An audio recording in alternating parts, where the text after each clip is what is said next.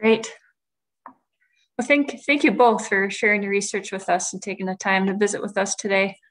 I think we'll keep moving along here. Our next speaker is Travis Livieri. He's going to be presenting on the COVID impacts on black-footed ferret research. Travis is a wildlife biologist who's worked with black-footed ferrets, prairie dogs, and plague in South Dakota for 25 years.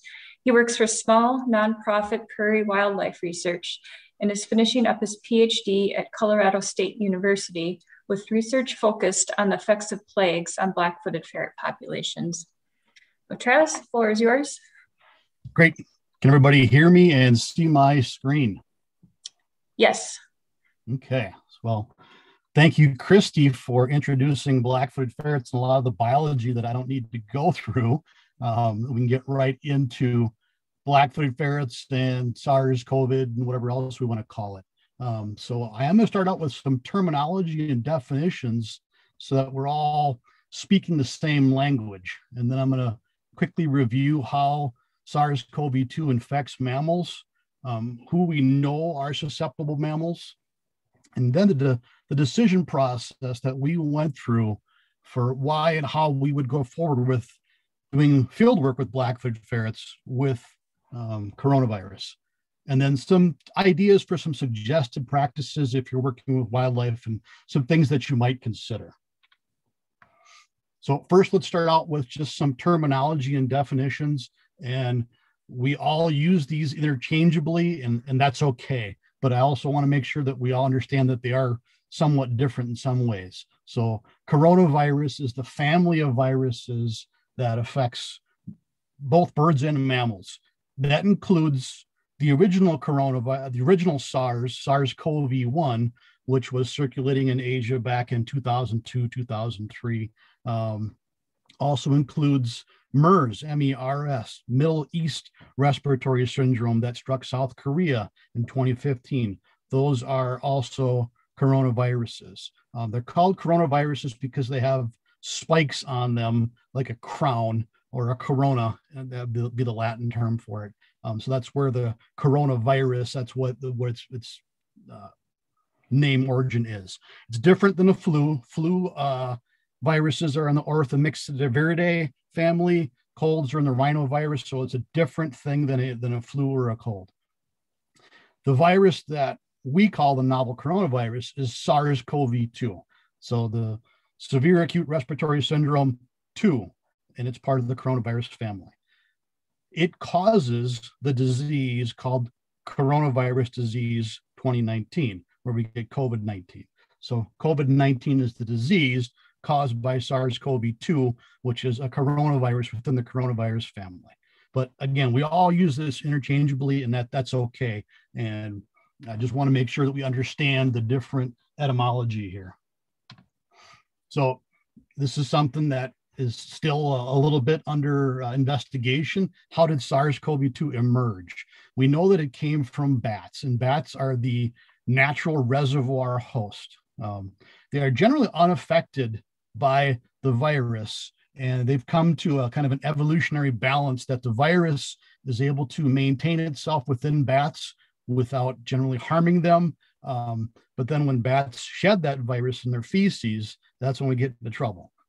And so in this case, we think it got into pangolins in the wet markets in Wuhan, China, and that's the intermediate host, where then that virus then changed, replicated, and came back out and became this novel coronavirus that then hits the novel host humans. And that's what we think, at least, is the pathway of how SARS-CoV-2 got to us.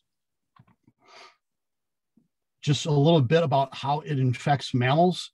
Those spike proteins that are on that virus interface with the ACE2 receptors. The ACE2, it's angiotensin converting enzyme 2. That's an enzyme that is found within our bodies, mostly in our organs like our lungs and our arteries and our hearts and kidneys. And it regulates blood pressure and salt balance. And so that's kind of the gateway for SARS-CoV-2 virus to get into our cells. And we have a lot of these ACE2 receptors in our respiratory system, our upper tract down into our lungs. So, and again, it affects blood pressure and things like that. So think about how that relates to us as humans and how SARS-CoV-2 has been affecting us. So that spike protein then gets right up in that ACE2 receptor, and then that allows that RNA molecule to be pushed into the cell, which then takes over the machinery of that cell and starts replicating, and that's how we get infected. So here's just a little bit of who we know as far as mammals are susceptible to SARS-CoV-2. You'll notice that these lists are kind of short. That's because we don't know a lot about susceptibilities.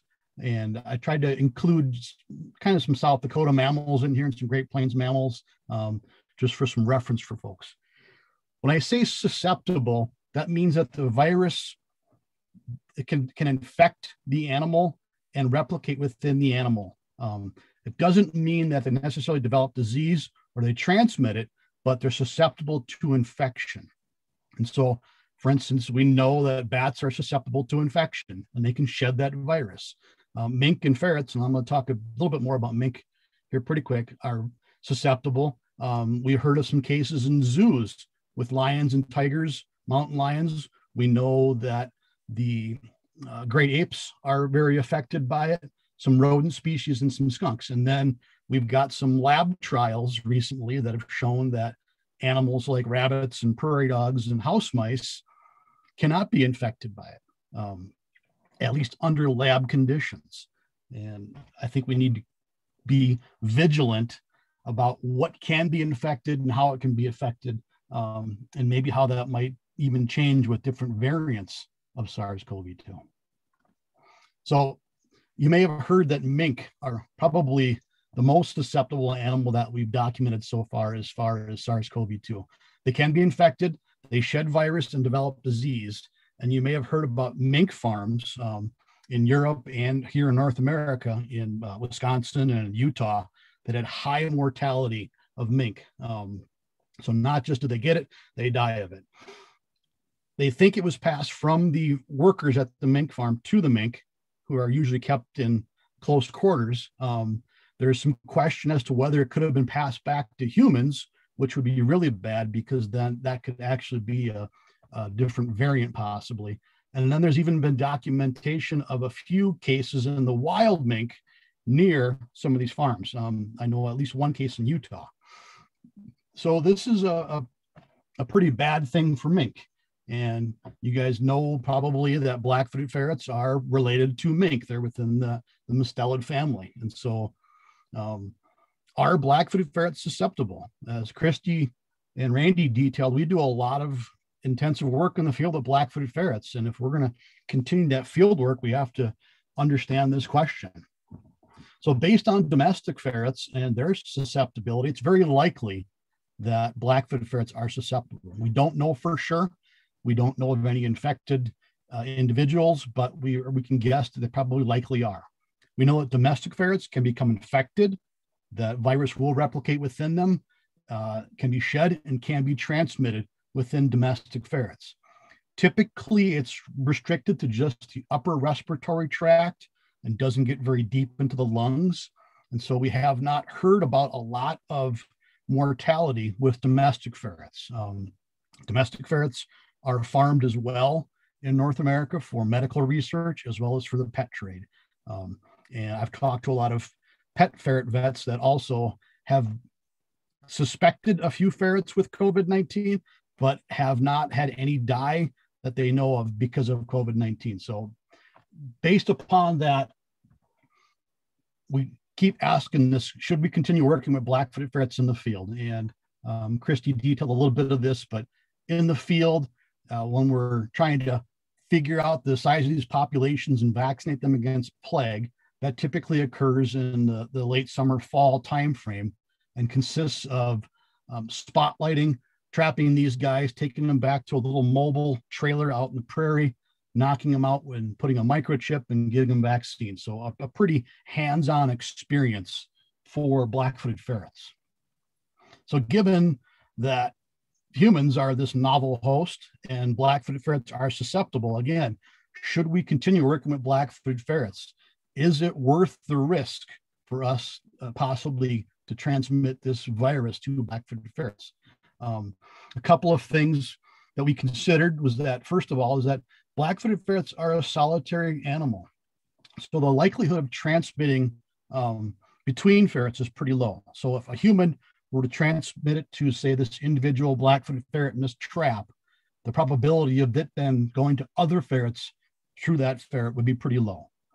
We know, as Christy and Randy just talked about, the risk of plague in black-footed ferrets is pretty high and is very fatal. So we were weighing the risk of plague versus the risk of COVID-2.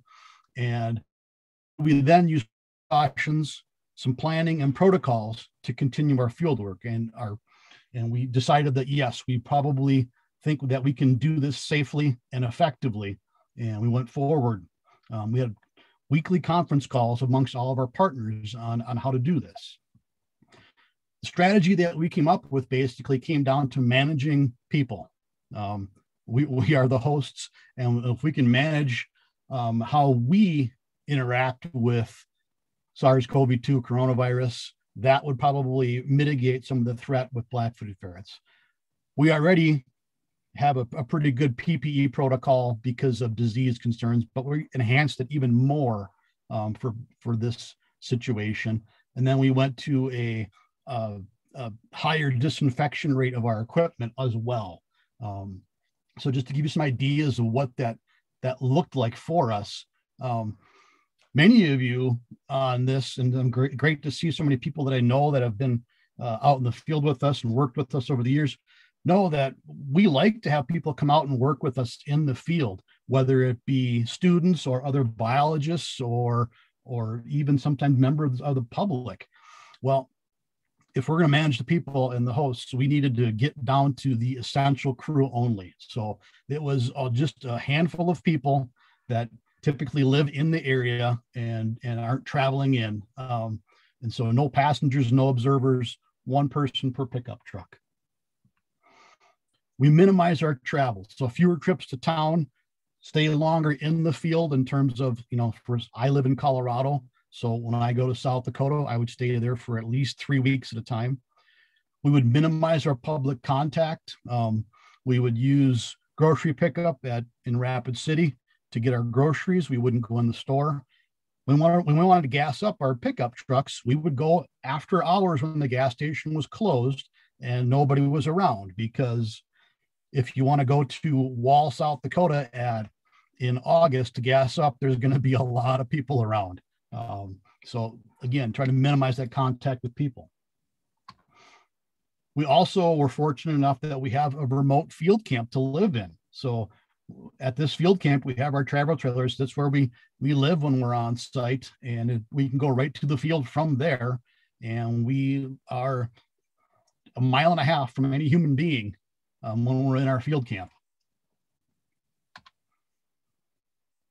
I'm sure as many of you do when you're out in the field and you got a crew of people together, you like to gather around the tailgate of the pickup truck and kind of talk about what you're going to do for the day or the evening or whatnot, and maybe an after action type of a thing.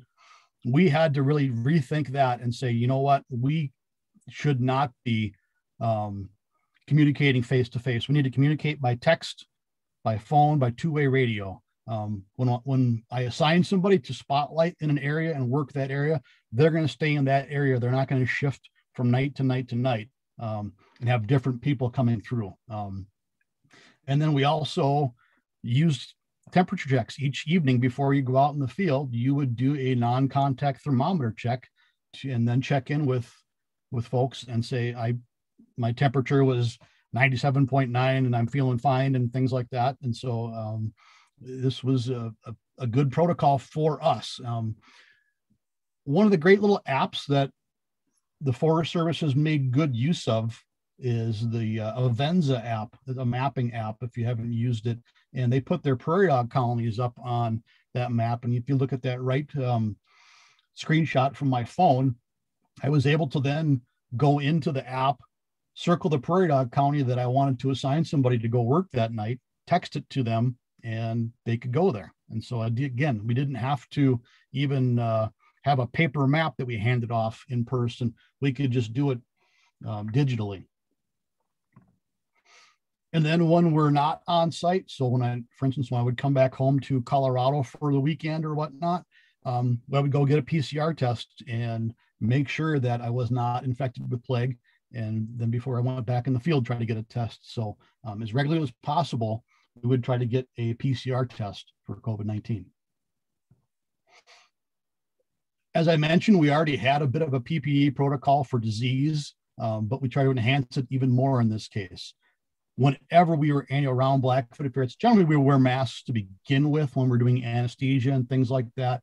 But even when we get out of the pickup truck to go set a trap and that kind of thing, we would wear masks. If ferrets were anywhere near us, we wore masks. Before you even got out of the pickup truck, you'd sanitize your hands. All of the anesthesia for black-footed ferrets came through just one person, through me. So we minimized the amount of people that would be handling black-footed ferrets. And then any surface that was touched by a ferret or a human, we sanitized with accelerated hydrogen peroxide. That's from talking to a lot of veterinarians and other folks, that is the best product for killing coronavirus. And this particular product, Rescue, is a veterinary product that was pretty well available for us. And I was able to buy it at the hardware store in Wall, as a matter of fact. And so you could put it into spray bottles. They can buy it in wipes. Excellent product for wiping down things and sanitizing those surfaces. So we would try to segregate our black-footed ferret traps in the back of the pickup truck. On the left there, you can see that wooden divider. On the one side are clean traps that haven't been used that night. On the other side are dirty traps that were used. In the morning then, we would sanitize those traps and leave them out in the sun to kill any virus particles that might be on that trap that came from either us handling that trap or possibly even the black-footed ferrets themselves. Travis, you got about 3 minutes left. Okay. Was this successful? Well, we did not have any crew members that came down with coronavirus that we know of. We observed individual black-footed ferrets over a period of multiple months. So we know that they lived at least a few months. We handled 196 black-footed ferrets and documented a total of 210 in Kanata Basin Badlands National Park. And that bottom graph is the active coronavirus cases in Pennington County. That green area was our field work. So we were working through the rise of coronavirus in Western South Dakota. So looking to 2021, we're going to get vaccinated, but we're also going to maintain vigilance, and we're going to keep looking at circulation in humans. Is it going to mutate? And are there any other wildlife species that this might get into, like mink or something like that, that could maintain it in the environment? So we're going to keep up on the literature and the science. We're going to continue this enhanced PPE and disinfectant. You may have heard that there's also a vaccine for the captive animals. It's probably not something we'll use in the wild, but for the captive animals and for the zoo animals, that's a really good thing. So for folks here, if you're working with mustelids or canids or felids or bats, you might consider some different things in terms of SARS-CoV-2. You might consider just not even working directly with the animal if you don't have to. You might look at enhanced PPE protocols. You probably should review whatever animal handling protocols you have, and maybe even get some outside eyes on that review to see if there's some ways you can improve that. Look to improve your equipment and tools and your situational environment to minimize that risk. And manage your people. Ensure that their personnel remain healthy and they get tested on a regular basis. As I mentioned, we still don't know a lot about what mammals are susceptible. And as we might have these different strains going around, that could change. So report any mortalities to CDC and your state veterinarian, and just keep vigilant on this. I don't think that we're just going to be over this, unfortunately, anytime soon. And when you use the word we in this talk today, this was the U.S. Forest Service, Park Service, Fish and Wildlife Service, and a lot of other folks. And so we work as a great team together in the Kanata Basin Badlands. Any questions? I'm not seeing any questions in the chat. Anyone just want to unmute and ask any questions you might have for Travis?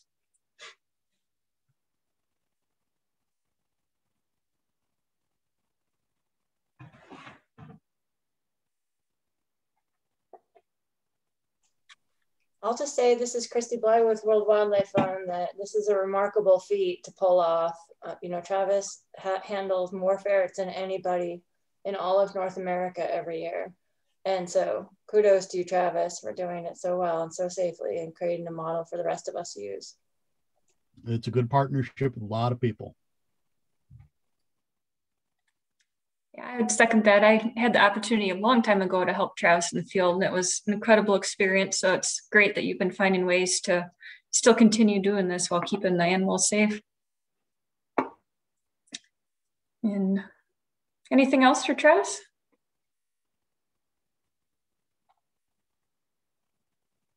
Doesn't sound like it. Thanks again, Travis, for coming to present to us and taking the time. Sure appreciate it. We are scheduled now for a break. We'll come back, starting a little late, but we'll come back again at 3:20 to start our next presentation.